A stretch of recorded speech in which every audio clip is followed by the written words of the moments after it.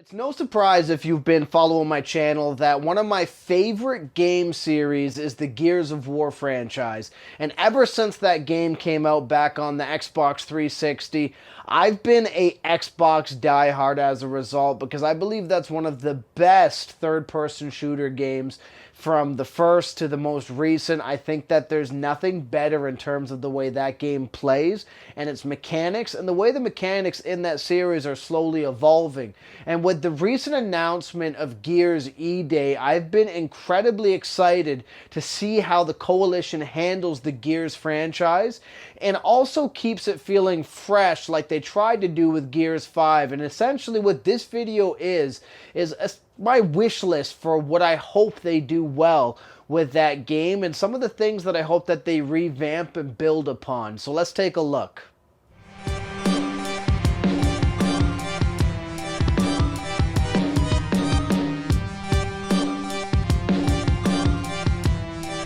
With the announcement of Gears E-Day, one of the first things I did was go back and finish up some of the campaigns in the Gears games. Now, it's also no secret if you've been following some of my videos on Gears, my main appeal for that game series came a lot down to how the multiplayer performed and functioned. And for me, that's one of the main things that I've always looked for in a new Gears game. However, I am also a fan of the actual storylines and the franchise itself. And I had a mixed bag of my experiences with the campaigns, and so as a result, I didn't complete all of them. I'd actually only completed up until recently the second and the fourth campaigns, with Gears 1 being like 90% complete and Gears 3 being about halfway complete. And so in recent times, I've gone back and completed those. And I've also started going through the Gears 5 campaign. I'm about 75% through it. And I'm basically getting ready for Gears E-Day. And one of the things out of the gate that kind of struck me differently about Gears 5 was that the game is trying to make use of an open world environment. And I'm not necessarily opposed to that. However, I really hope that in Gears E-Day that they deal with this in a more fleshed out way. And what I mean by that is the open world in Gears 5 just doesn't really feel to me like it's living. There doesn't seem to be a lot going on, and I understand that this is a swarm/locust wasteland throughout most of the game, but what I mean is it doesn't really feel like the actual world has anything happening when you're going through it. Like I would expect to see randomized locust encounters, which would have felt cool, or even cool set pieces that pop up throughout that open world. Instead, you get a lot of going around, seeing a whole lot of nothing, going to one scripted set piece and then getting into an actual story moment and then kind of moving on. And I understand there's side quests, and the Coalition did attempt to flesh that out, but a lot of them to me just didn't seem all that interesting. And so what I really hope for Gears E-Day is if they bring this format back, that they flesh this out in a more realistic way, especially because E-Day is when this is ground zero. This is when everything's going on. There's a lot of cool randomized elements they can add to the world, a lot of cool set pieces or randomized set pieces or events, I guess, that I'm trying to get at, that they can bring into the Gears world that I think to me will feel really awesome, especially for the scope of what they were able to accomplish in Gears 5. With Gears E-Day building this from the ground up with the Unreal 5 engine and being able to really capitalize on some of the advances that engine's made, I think there's a lot of cool stuff they can do with that world that with Gears 5 it felt a lot of times like it was more of an experiment than it was an actual full-formed idea. So that's something that I really hope that they bring into Gears E-Day in a very intuitive way.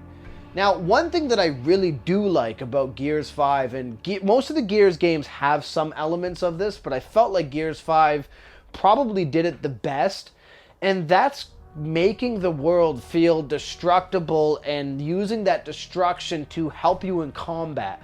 I loved that in some of the different areas of Gears 5, you shoot the ice underneath the swarm and they fall into the freezing water and die as a result, or you shoot pieces of the environment and parts of that come down and can affect different enemies. And to me, that's something that makes a lot of sense for Gears. The game is a lot about shooting, taking cover, and trying to move intelligently. And being able to use the environment to do that is great. And I really hope that in Gears E-Day, they advance on this and even just make it better overall. One of the things that I actually missed about Gears 2 that seems to have kind of been absent from the series up until Gears 5 was the fact that when you were getting into combat, chunks of the wall would fly off, pieces of the debris would roll around. That stuff to me was interesting, and it made combat feel a lot more exciting, even though in Gears 2 it didn't really actually add much to the combat. But if they even add some of that and flesh that out in Gears E-Day to show almost a destructible environment that also helps for combat purposes, I think that might add a lot of interesting combat scenarios. And also, if you can even extend that over into the multiplayer, it might actually add some new interesting modes and a lot more interesting gameplay and combat scenarios online. So that's something that I really do hope that they build upon and bring into Gears E-Day. And the final thing for me, and this is something that might seem trivial to some of you guys, but it was something that seemed kind of poorly executed, I guess, in Gears 5, was the character skins. And this is something that online, in Gears 4, I felt like there was a lot of cool and exciting skins that made it exciting for me to want to purchase them, or even at the time, they had the Rockstar cans that I think you can see right back here, and you can get points and you can put that towards different skins. Made me excited to do that. And that seemed to have been lacking in Gears 5, and the skins that you do have, I wasn't particularly fond of. None of them were really all that exciting to me, in my opinion. And something I would love to see that they bring to the online is either more varied or exciting skins, or bring back a lot of the retro skins from the previous Gears games. To me, that would be cool. But also even some sort of character customization. Now, I understand it seems like the Coalition has kind of veered away from allowing you to do that, but even something as basic as being able to customize some of the standard Gears, Locust, or Swarm characters that you can select online and change them up in terms of their outfits or their visuals, I think that would be cool. And I think that would really make the online feel a lot more unique and dialed in. And what I mean by that is, Gears is something that in my opinion, I think the formula works incredibly well. I don't think that it should be reinvented. We saw what that tried to happen with Gears Judgment. It sucked.